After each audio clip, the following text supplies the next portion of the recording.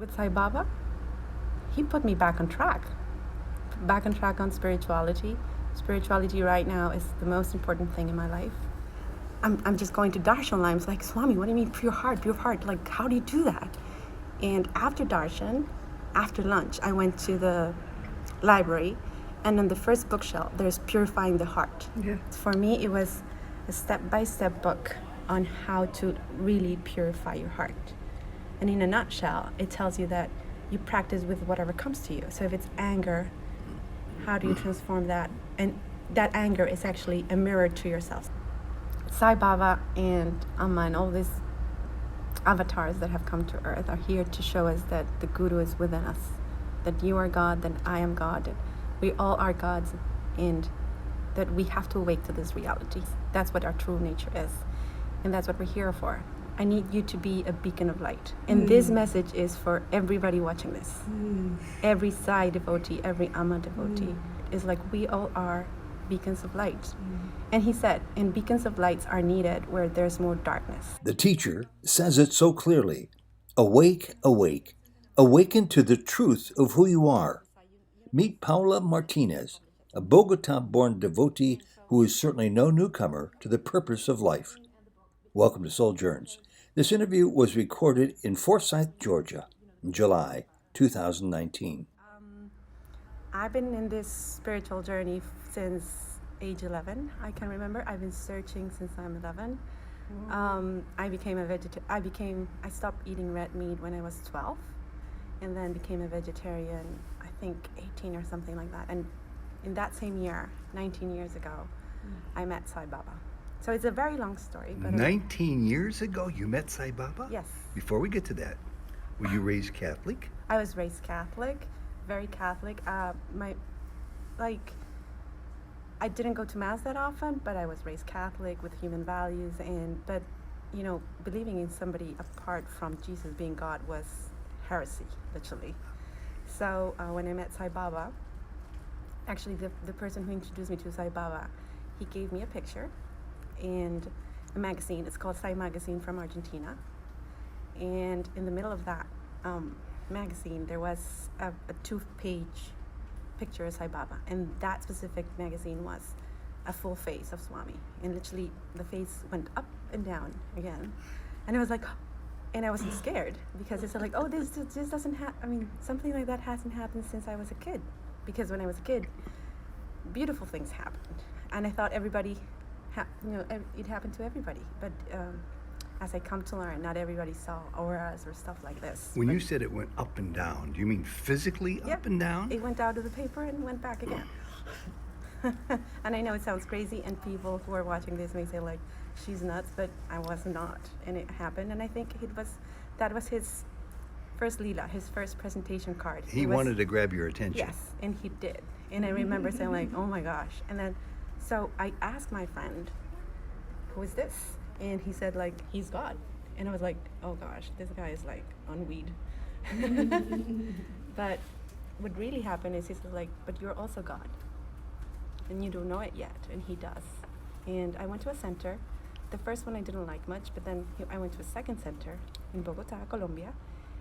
And it was beautiful. I didn't like the robe and all this, But when they started singing bhajans in a different language, and they did the arati, which is the can for my heart chakra or my heart center, just went boom, and I was like in bliss for I don't know how long. So I became, you could say, like a Sai wannabe devotee or something like that. Well, how did you find the money to scrape it together and the belief and the conviction to actually go to India to see Baba? So that was my graduation gift. Okay. My dad didn't know. I said, like, I want to travel. I just want to travel. So that was his gift to you? Yeah. And he had no idea you were going to go. No, I told him, like, India. I said, like, no. I said, like, no, you already said so. Was he a fervent Catholic, or is he? He was a good man. He was a dharmic man, but he was not religious. He he passed away in 2011. I'm sorry to hear that. The last year he became very spiritual, and he actually asked me, like, so what do you do in India? What does Sai Baba say about death? And I kind of told him about reincarnation. What a and whatnot. gift. Yes. I'm really thankful to Swami for that last year with my dad, to kind of hold him and tell him that, you're just going to change a dress. That's all that's going to happen. It took me about 20 years to be pulled close to Sai Baba. It took you about 20 seconds, it sounds like. Probably 20 minutes. So I go to India, and I said, I have to see this man. Because when I was little, my mom tells me that I told her, why wasn't I born when Jesus Christ was born? Why wasn't I born 2,000 years ago? So I said, I have to see this man. If he's God or he's not, I just have to go and see. And I went to his ashram, and everything they said and more was true. He walks the talk. He said, love all, serve all. It is there. Did you ever talk to him? No, but I had many dreams. Almost every night that first trip, I had a dream of him. And I thought, oh, well, there's so many people. He gives dreams to everybody when you come here. And then on the second trip, I learned that was not true. But I wrote them down. And that's what I wanted to go with, the translation and how it come about.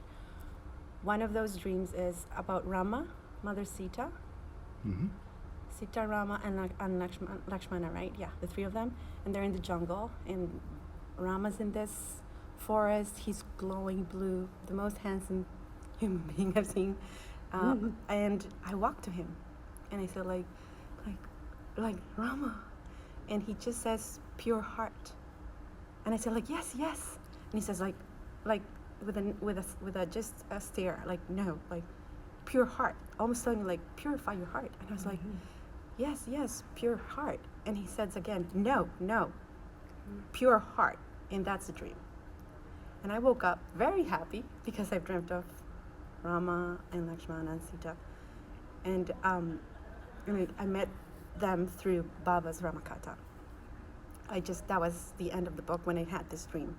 Anyways, I'm just going to darshan. I was like, Swami, what do you mean pure heart? How do you do that?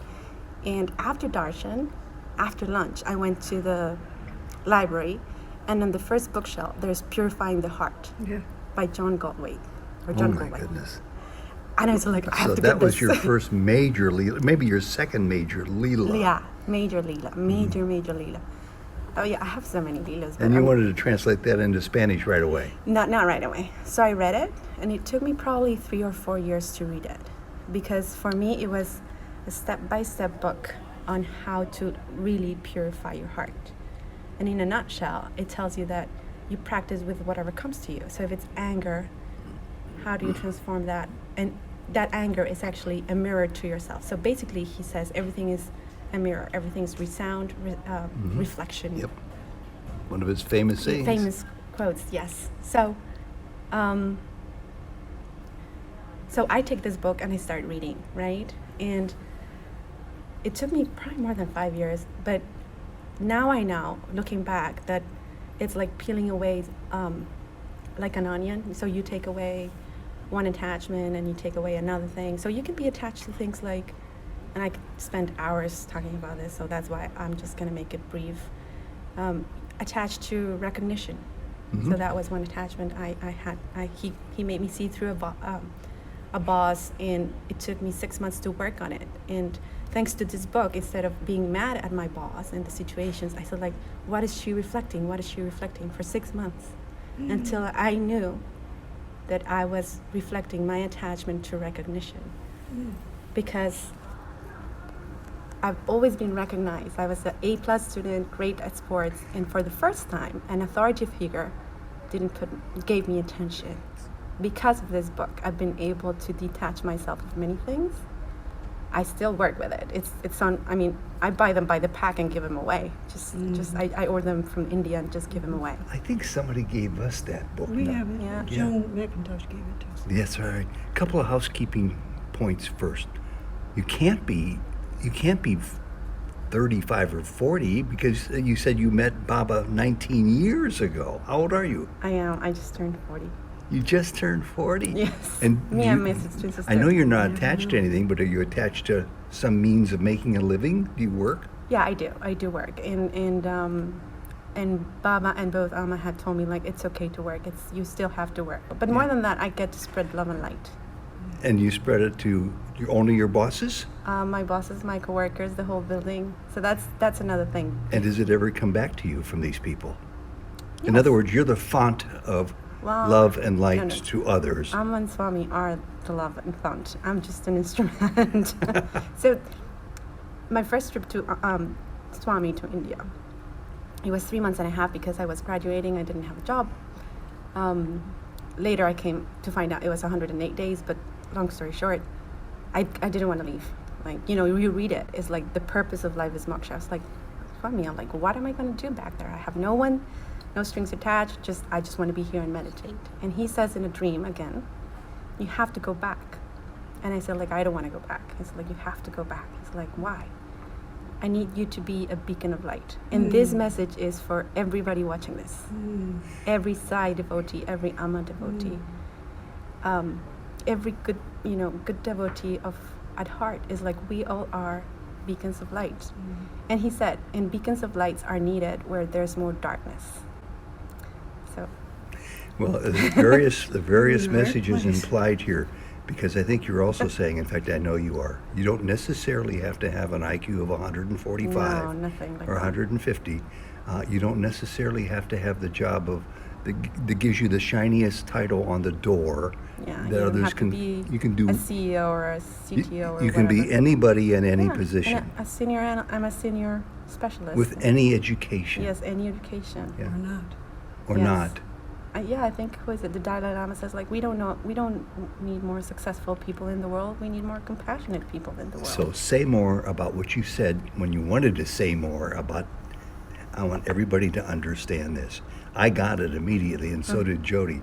But I want to hear more why it's so important for you to want others to understand where you are with love and compassion. I believe we're all instruments of God. I believe we all have different talents. And if we put those talents to the benefit of society, but without ego, without wanting something in return. I haven't detected any ego whatsoever so for far. example, my talent is, amongst others, but one of my talents is translating, and I love translating as a service. Only into Spanish? Yeah, English to Spanish or Spanish to English. Actually, my sister and I, we both do that. So it's just whatever you want to give. If it's, if you're a good singer, just go and sing. If you are great at math, just help somebody. I'm also great at business. I didn't know that, but I help a lot of devotees with promoting their businesses, because for me it's super easy. I just know how to do it because I've been working since, 15 years in the same thing. I should have met you years ago, and I was trying to get the word about Souljourns around that Jody and I were working on. You have to do marketing in this Kali Yuga area. Baba seemed to market for us, though. Yeah, he does. It was He all does word of anyways. mouth. Yes, yeah. yes. And you are not a stranger to Souljourns, from what I No. understand. No, thank you. Yeah. Thank you for your service. Thank you for your service. No, thank you. It's our pleasure. Yes. Yeah. So Our privilege. I do want to go back to one thing. Yeah. The book, Purifying the Heart. Mm-hmm. So it took me years to go through, and I practiced and practiced, and I'm still practicing. But at some point, I said, I want to give this to all my friends. And many of my friends are not bilingual in Colombia. And I contacted the author, Mr. John Galtwaith, and he says, there's no translation. There's only a draft. And it's like, can I translate it? And he sent me, a draft which was very poor. It was just the very first draft. And it took us, my twin sister and I, maybe 2 years to translate it. And it was beautiful because when you translate it, you really, really have to understand it. But why did you translate it from the draft rather than from the published book? Oh, because it's shorter. Oh, okay. So I had the English version and I had the draft version. And I just, instead of translating from scratch, which takes a while, I just improved the draft. And some sections had to be completely changed. Yeah. But anyways, and now it's a PDF, and it's I send it to India. I don't know if they have published it, but I know it's a PDF, and the author has given authorization to spread the word. I want to challenge you to one more try at explaining the value of that book to you personally. Oh my gosh, it's a life-changing book from my perspective. It's also a step-by-step on how to purify your heart. Baba always tells us, pure heart. You have to have a pure heart. But even if you want to be more loving, even if you want to be more kind, sometimes you can't. because it's almost like you have all these triggers inside you, right? So this book allows you to be aware of those triggers, look at them and say like, okay, that is reflecting something in me, and then you start working. And it's not obvious. So I can give you some examples because I think examples illustrate better. So recognition was one, as I mentioned.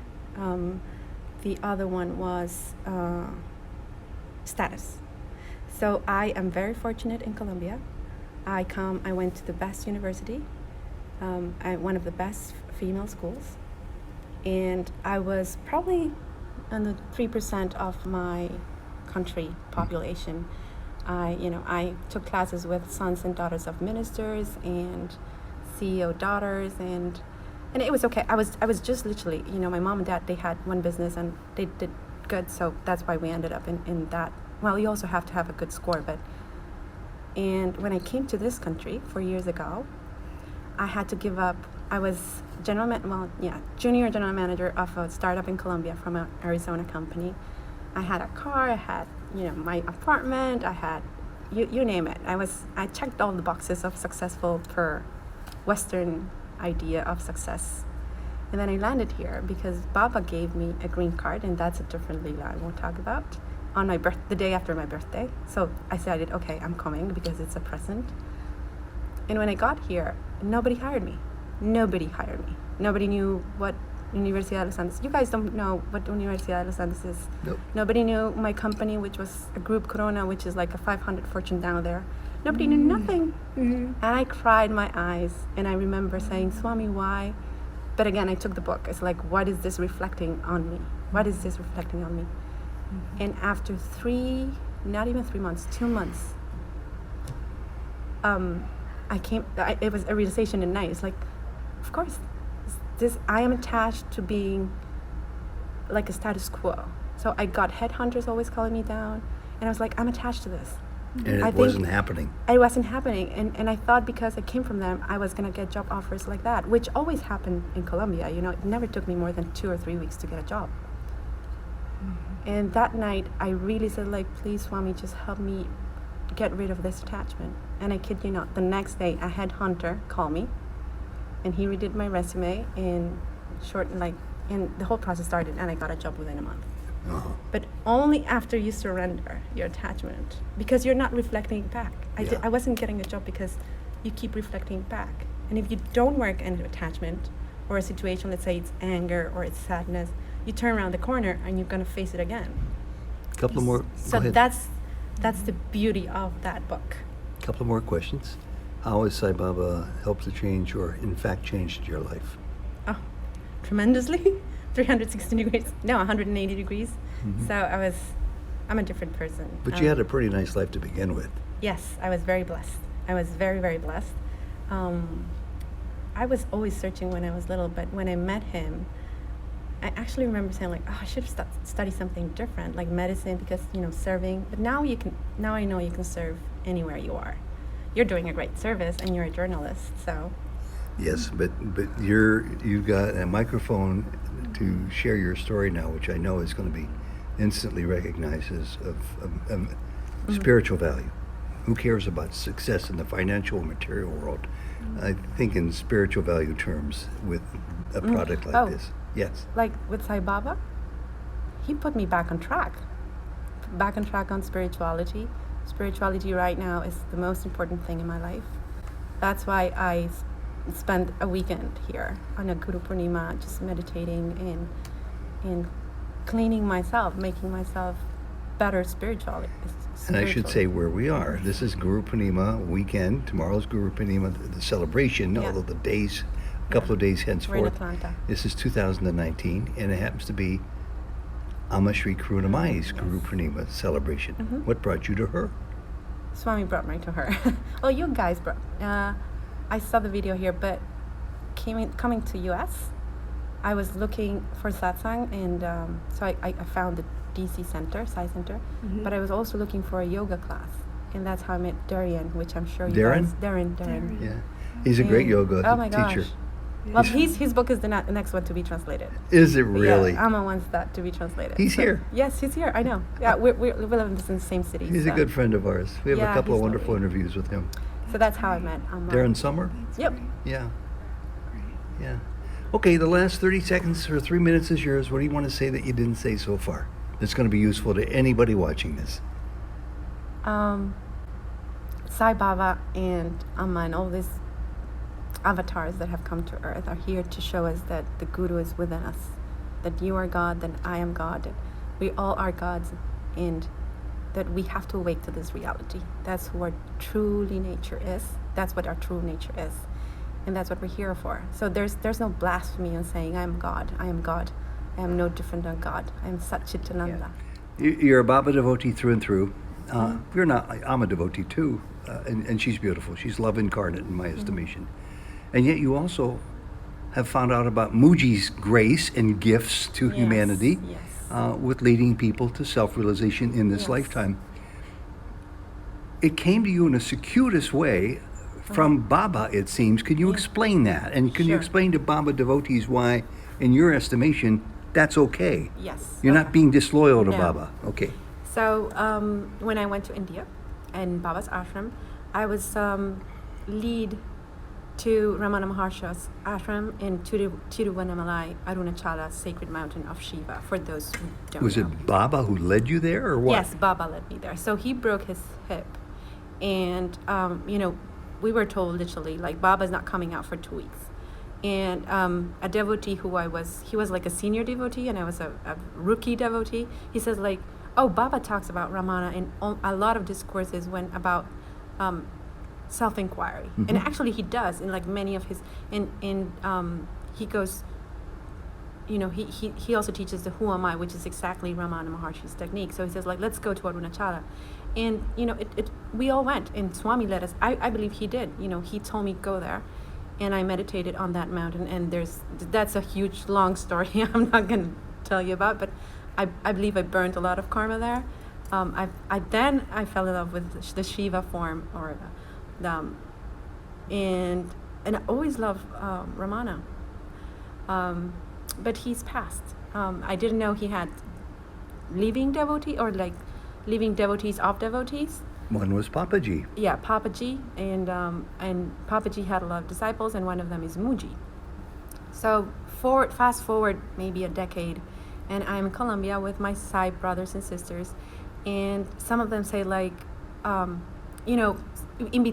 between the Sai devotees, there's more bhakti people and there's more jnani people, and somebody more devotional, somebody more towards knowledge or Vedas, and more towards seva.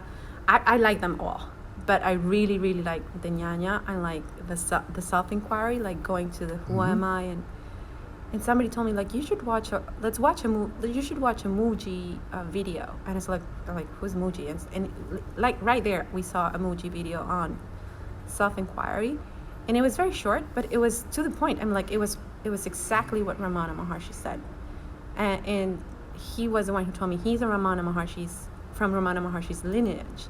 And when he said that, I said, like, okay, that's what Swami talks about. He talks about Ramana Maharshi. So I went, I saw his videos. I asked Swami if I'm meant to see him, just make it happen. I was a student back then, and like the ticket came, and the money came, and the company came. So I ended up at Mooji's. But I had this like bug in my head saying, like, kind of disloyal to Swami. And then, not me, but my friend who showed me, I told him this. I was like, oh no, I saw him that day, and he says, like, I had a dream of you and Sai Baba, and I was like, oh, please tell, like all us Sai devotees, like when you dream of Sai Baba or somebody dreams with you and Sai Baba, you want to know. And he says, like, there's this crossroads in an open field, and Swami's, it's walking one way with a huge multitude of like thousands of people, and in the other direction, it's Mooji with fewer followers, and they meet at the crossroads, and they hug each other, and they continue their paths. And I was like, oh, that's perfect. That's the answer. Like, that was a dream. And as we all know, dreams with Swami don't happen just by coincidence. So there you have it. That's how I came to Mooji. So it sounds like, because I couldn't quite tell when you related the story, that you felt the urge from Baba to go to see Mooji, but I didn't know if that was a dream or a heart intuitive idea, or if it was from Baba himself. You're fairly convicted of the notion that Baba Yes. pointed you in Yes, that direction. he Is did. that safe to Yeah, say? it's safe to say. And also, I said, like, Swami, if you want me to go, make it happen. If not, like, and you said, like, I mean, how can you get a $300 Yeah, ticket? it sounds like he gave you the ticket. Yeah. And like, I learned that I had like a third cousin that lived in London because Mooji was in London back then. And, I even got all the way to New York with my aunts and uncles. They were going to just stay at New York. So it was literally orchestrated the way Baba does things. He chaperoned me all the way. I spent like literally like maybe $100 or $200 in that trip, which for London is nothing, right? Yeah. And so for me, it was like blessing after blessing after blessing. And in a paragraph, for those uninitiated, who's Mooji and what did he bring to your awareness that wasn't there before? Mooji is a self-realized being. He's a devotee of Papaji, who himself is a devotee of Ramana Maharshi. Ramana Maharshi is the highest example of self-inquiry, which is the direct path of who am I? So what Mooji brought to me, and I think at the right time after I've been through devotional, was the self-inquiry chapter, if you want to call it, of spirituality, of really digging through and saying, who am I? Who am I behind the thoughts, behind the body? And just any of his videos, he's straightforward. He cuts through the chase, and he doesn't go around doing loops. He just points out to who you truly are and staying that nature. Who's your true nature? Who's your God self? And final question. You impress me as being a fairly enlightened human being, which I'm very happy for. I'm always happy to meet somebody who's got this much exposure and experience with their genuine self. Do you tend to recognize and find others, self-realized people, beings, as you walk your spiritual path? More and more, yeah. Tell me a little bit more about that. So I think once you're in this path, you tend to go around the same circles. So my weekends and my free time is spent always in satsang, or in a silent retreat, or in a Guru Purnima, or in a meditation, or in a yoga retreat. And in those circles, more and more, I found people that are enlightened. And I think I just cut you off a second time. I think I cut you off the first time as you were about to say it sounded like Alan Morlock. Yes, so I was going to say, you've interviewed a couple of them. Alan Morlock, definitely, he is one. He is a beautiful being. He's in New Jersey, and he has helped me a lot as well. Yeah. And what were you just about to say when I cut you off a second time? No, like he's, like one of them is Alan Morlock. I'm sure you guys have met many others. Amma, of course, she's an avatar. Baba, he's the highest example. He came here just because he loves us so much. Yeah. But I do find that many people here, even I'm sure here today, we have a lot of enlightened beings that are, they try not to bring attention to themselves. They just are irradiating, and as I said previously, they're just beacons of light, working in silence. This has been a delight. Thank you so very, very much. Sai Ram. Thank Sai you. Ram. Om Namah Shivaya. Jai Karunamayi. Jai Karunamayi.